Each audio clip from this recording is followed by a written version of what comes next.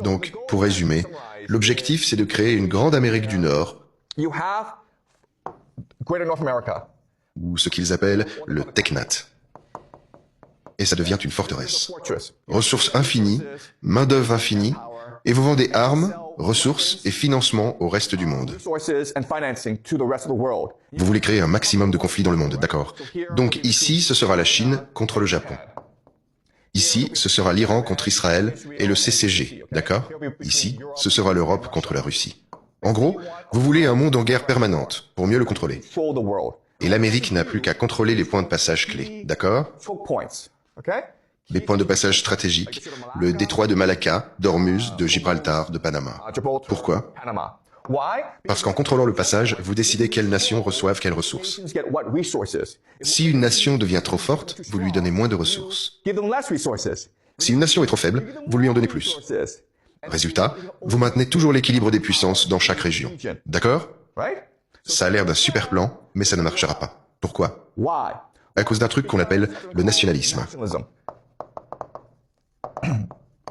Parce que quand vous êtes un empire et que vous imposez votre volonté aux autres nations, ces nations n'apprécient pas. Imaginez, le Japon, la Corée du Sud, l'Europe. Les gens savent qu'on les utilise, vous voyez? Donc à un moment, ils se diront, on en a marre, on veut l'indépendance, on veut la paix. Et ils finiront par se soulever contre l'Empire.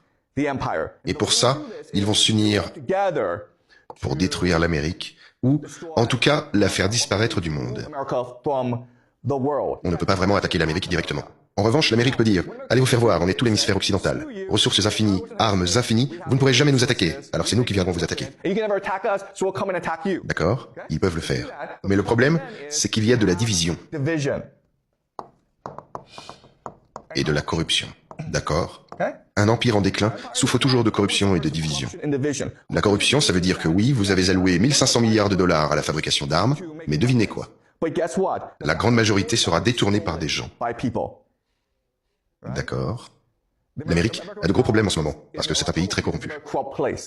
La division, c'est que démocrates et républicains s'affrontent en permanence, ce qu'on appelle la polarisation politique. Il est donc possible que pendant que l'Amérique mène de plus en plus de guerres à l'étranger, vous ayez la guerre civile en Amérique. Autre chose, quand l'Amérique s'empare de toute l'Amérique du Nord, Canada, Groenland, Mexique, Cuba, Colombie, Venezuela,